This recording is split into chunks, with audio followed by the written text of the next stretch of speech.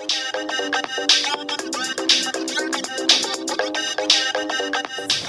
what's up, you guys? It's Ethan, and today I have a pretty interesting story for you guys. So today we're going to be talking about Corpsewood Manor, and I recently discovered this place. I didn't really know it was like a thing, but apparently it was really big. Apparently it was this really big thing around where I live, but in the 1970s.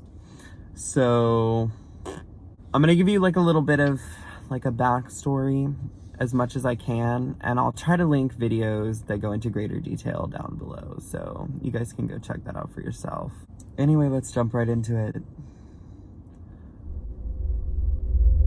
Surrounded by the Chattahoochee National Forest is the former site of the brick mansion, now lying in partial ruin. Hand-built in 1977 by Dr. Charles L. Scudder, a retired professor at Loyola University in Chicago, and his partner, Joseph, or Joey, Odom, built the mansion, and it served as the couple's dream home. That is until their murders.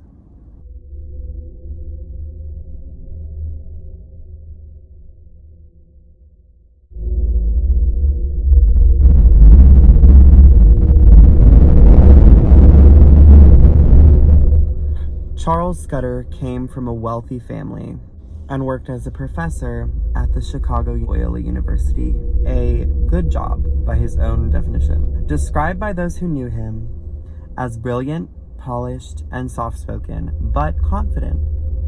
He eventually became fed up with city life in 1976, left the luxuries of his home and his glorious Chicago mansion in pursuit of a simpler life. He longed for an escape from taxes, light bills, gas bills, water bills, heating bills, etc.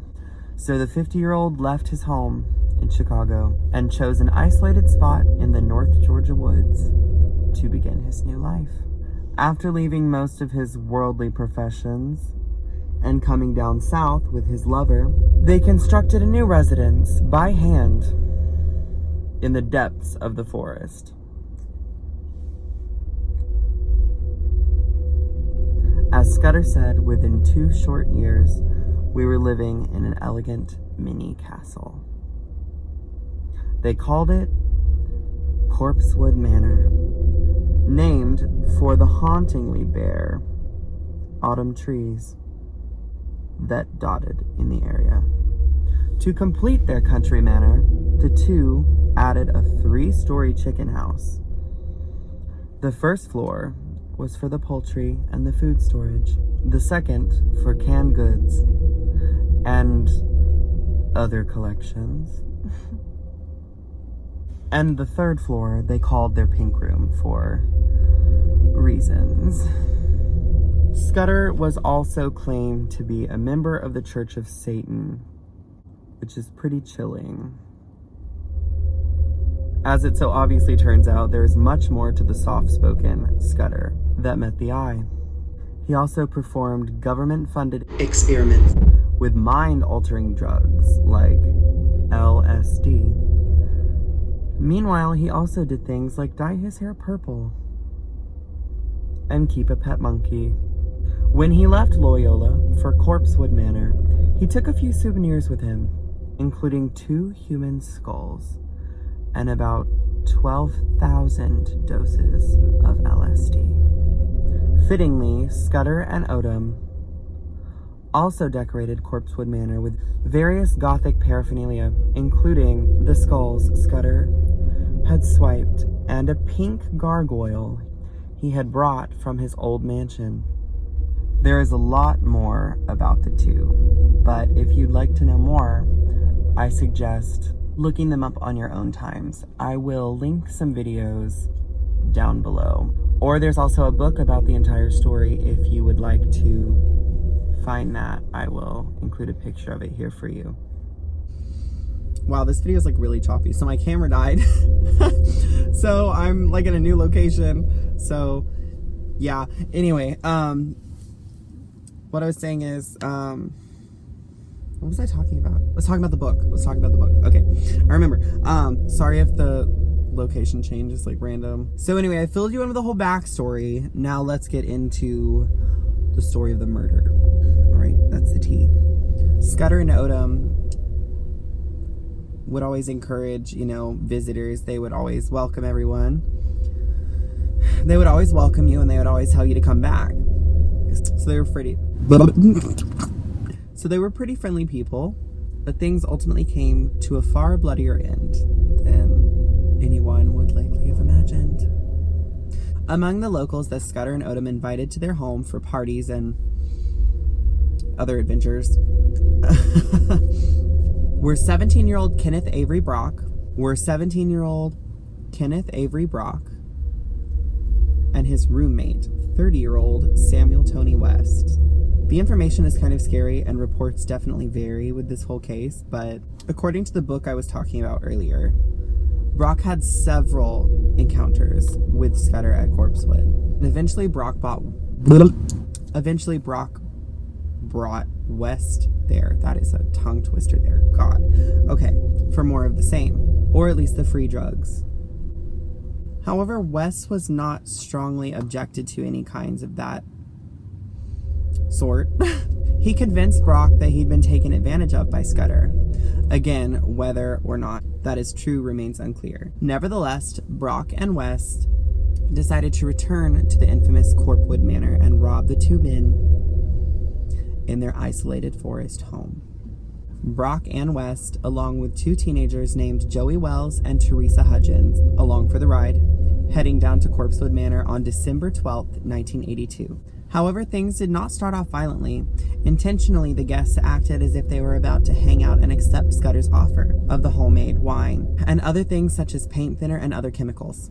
At some point during this drug and alcohol-fueled haze, Brock got down to business, retrieving a rifle from the car and promptly shooting Odom and the two dogs inside their mansion. Meanwhile, the others, including Scudder, were out back inside the chicken house.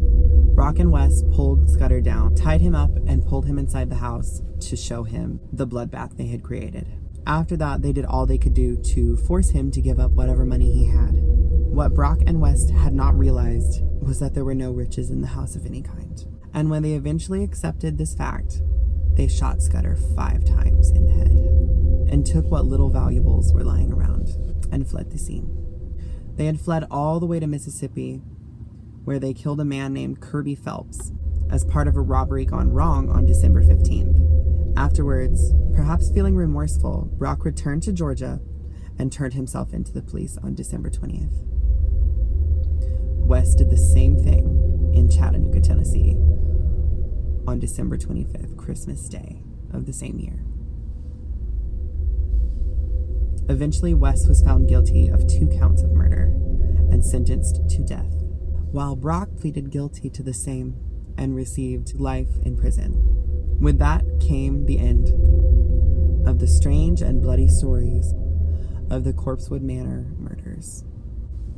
It also states that, along with Brock and West, the other two, Joey Wells and Teresa Hudgens, were not aware of the bloodbath they would be included in. They were just hanging with friends and having fun. Teresa states she was actually scared for her life and was afraid they were going to kill her as well.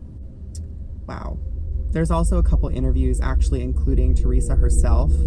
If you guys want to watch that or anything, I will include as many videos or documentaries I can find.